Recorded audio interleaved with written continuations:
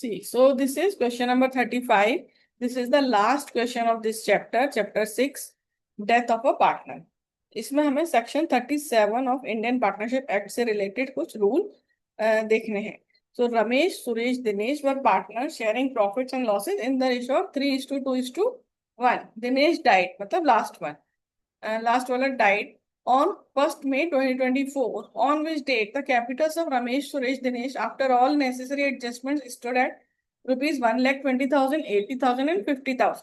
तो जिस दिन उसका डेथ हुआ 1 मई 2024, उस दिन तक के ये कैपिटल बैलेंसेस हैं.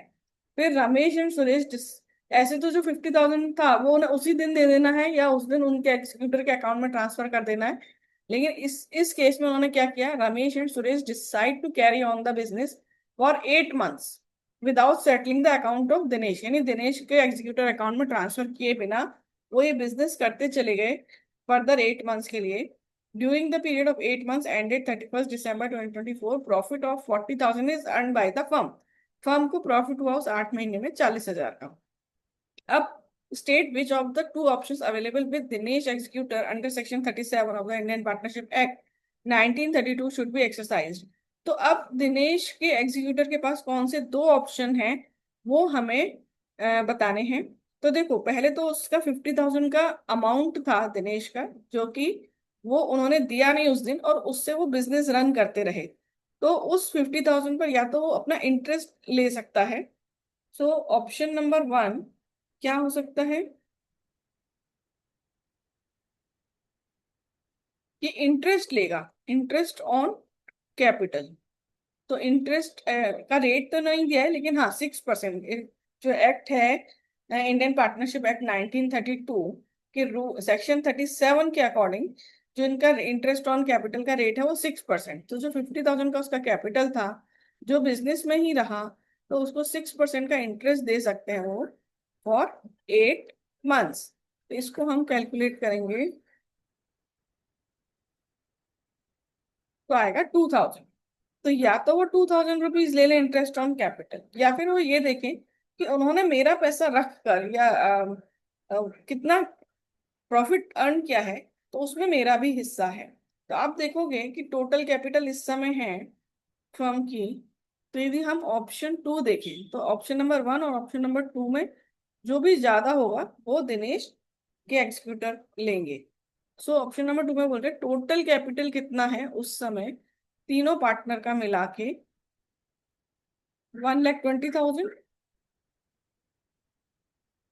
Plus 80,000 plus 50,000. सो ये है 2,50,000. अब ये जो 2,50,000 का कैपिटल था इसको उन्होंने बिजनेस में लगाया और उन्होंने प्रॉफिट अर्न किया.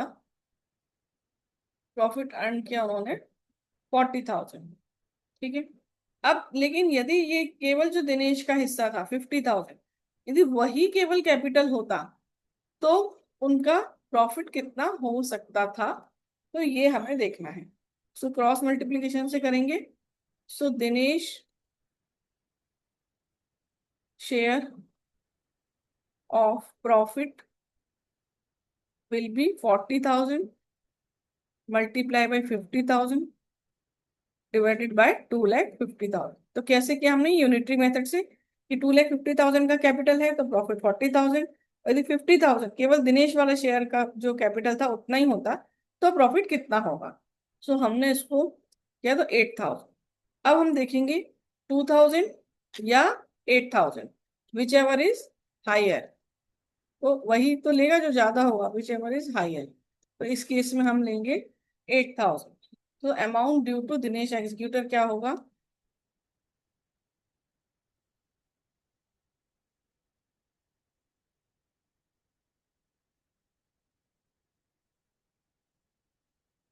Dinesh executor.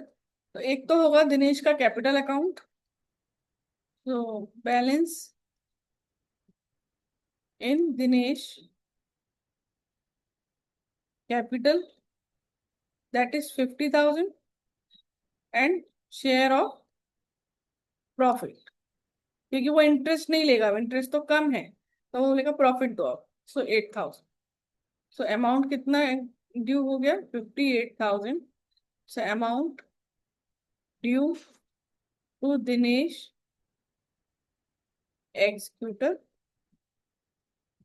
58,000. So question is complete here or chapter is done. Thank you for watching.